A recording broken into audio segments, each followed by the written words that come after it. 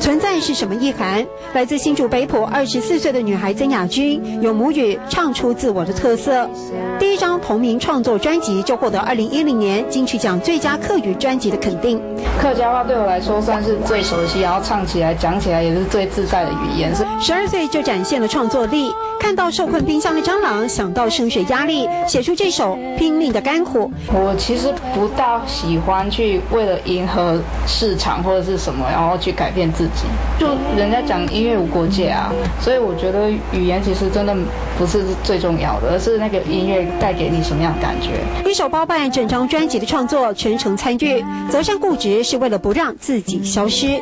疗愈系的小品旋律不仅温暖心情，还多了意外收获。客家人最近跟我买了唱片之后，他回去听，然后跟我讲说，他现在听这张专辑就是跟他女儿一起听，然后一边学客家话。最初没有实体通路，曾雅君选择用辛苦的方式进入市场，而支撑她的是一份最深厚的情感。好，10几岁开始创作，我其实非常好奇，你嘅创作灵感喺對哪類嘅？創作靈感來自哪裡？你說唔該上係應該係家鄉。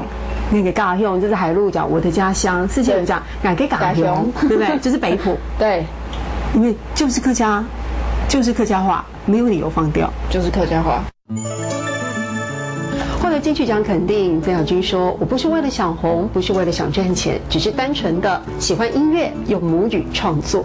也許別人覺得是小眾，但是一以貫之的堅持，或許也是接下來他可以可長可久的最大動力。”你嘅創作靈感係對哪來嘅？我嘅家鄉。